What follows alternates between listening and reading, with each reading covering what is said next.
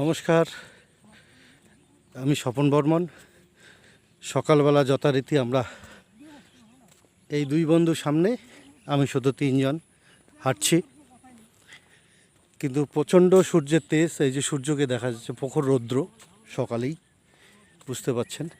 সুতরাং বেশি দূর হাঁটতে পারবো না। আমরা আজকে এরিয়া একটু ছোট করে নিচ্ছি, তবে একদম গ্রামীণ এলাকা দিয়ে হাঁটছি। এই যে দেখুন, রোয়া গাড়া শেষ, প্রায় কিছু কিছু রোয়া দেখছেন, একদম মাঠ সবুজ। এরা 20-25 দিন হয়ে গেল, সবুজ হওয়া শুরু হয়ে গেছে। কিছু বাকি আছে, তারা আস্তে আস্তে সবুজ হচ্ছে। একদম গ্রামীণ এলাকা, একদম দেখুন এটা কত বড় একটা ফাঁকা মাঠ, একদম রোয়া ক্ষেত দিয়ে ভর্তি।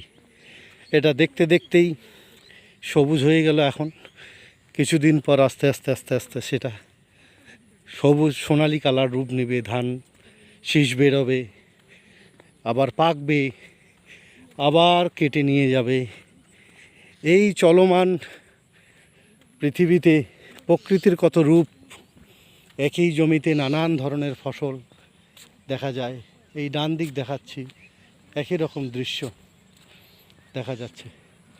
মাঝে মধ্যে কোথাও ওই যে পাট ক্ষেত দেখা যাচ্ছে দূরে, সবজি চাষের টাল দেখা যাচ্ছে। এটা মোটামুটি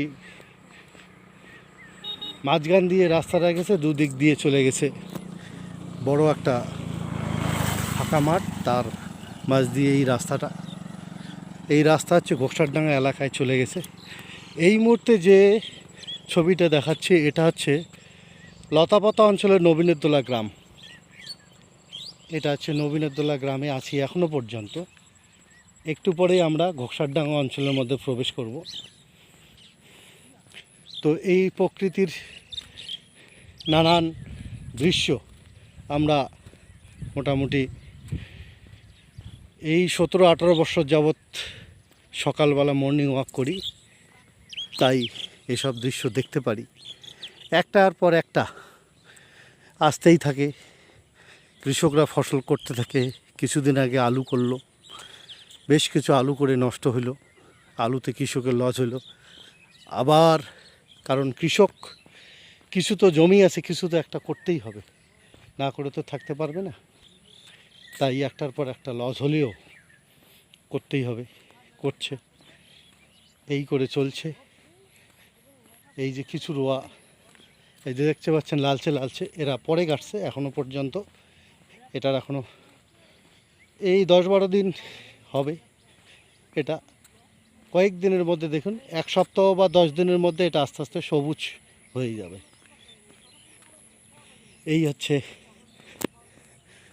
গ্রামীণ এলাকার চিত্র। আমি স্বপন বর্মন। আমার ভিডিও দেখে যদি ভালো লাগে অবশ্যই সাবস্ক্রাইব করবেন, লাইক কমেন্ট করে পাশে থাকবেন। সকলে ভালো থাকবেন। সবাইকে আন্তরিক অভিনন্দন এবং শুভেচ্ছা জানাচ্ছি। ধন্যবাদ।